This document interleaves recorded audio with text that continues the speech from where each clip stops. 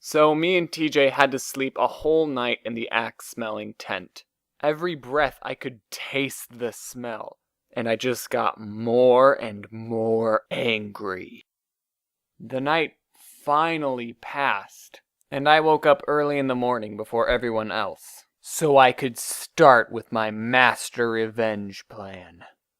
Was I tired? Maybe, but that's a sacrifice you have to make for vengeance. Every campsite had a water fountain coming out of the ground, connected to a PVC pipe. I found the biggest Ziploc freezer bag I could find and started to fill it up with water. It was obviously a slow process.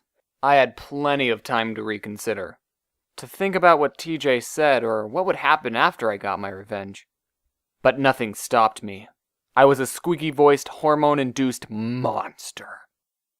Once the bag was full, I went back to my tent and woke TJ up. He got up and I told him to watch this. TJ actually had no part in the revenge plan. I just wanted to suck him down with me. I think TJ actually didn't want to get revenge. I ran towards the mega log tent and hid behind a real tent that was right next to the log one. Everyone was still inside. TJ still had no clue what I was doing. Until I chucked the bag over the real tent. If everything went according to plan, the bag would break on the roof and the water would sink through the openings, and then they'd be super wet, LOL. That was the plan. I never saw the carnage my creation had done. I was worried that I'd completely missed the log tent.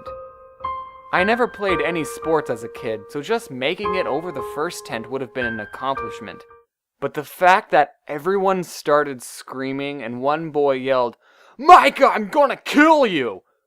I knew it must have been the most perfect shot. Did I stay around and laugh at their stupid, guilty faces? No. Me and TJ ran away as fast as we possibly could, without looking back. We sprinted off into the woods before any 15-year-old saw us.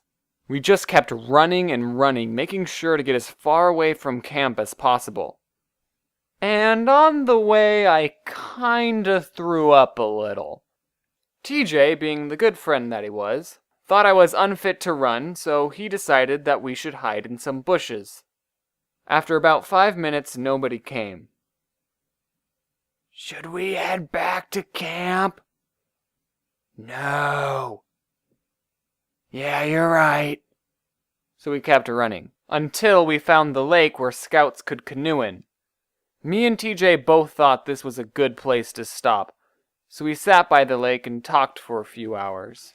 Because in a week, TJ and his family were going to move away to China for 2 years, and I knew I wouldn't see him again for a long time, so I wanted to spend every moment I had with him.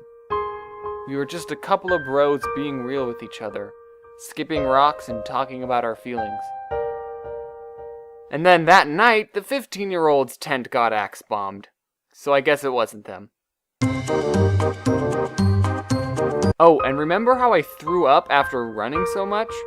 Well, apparently there was a sickness going around camp that all the camp instructors got, and about 50% of the scouts got it too. And lo and behold, one of the 15-year-olds wasn't feeling so well when he went to bed that night. And then the sudden jolt awake and the cold water made him throw up.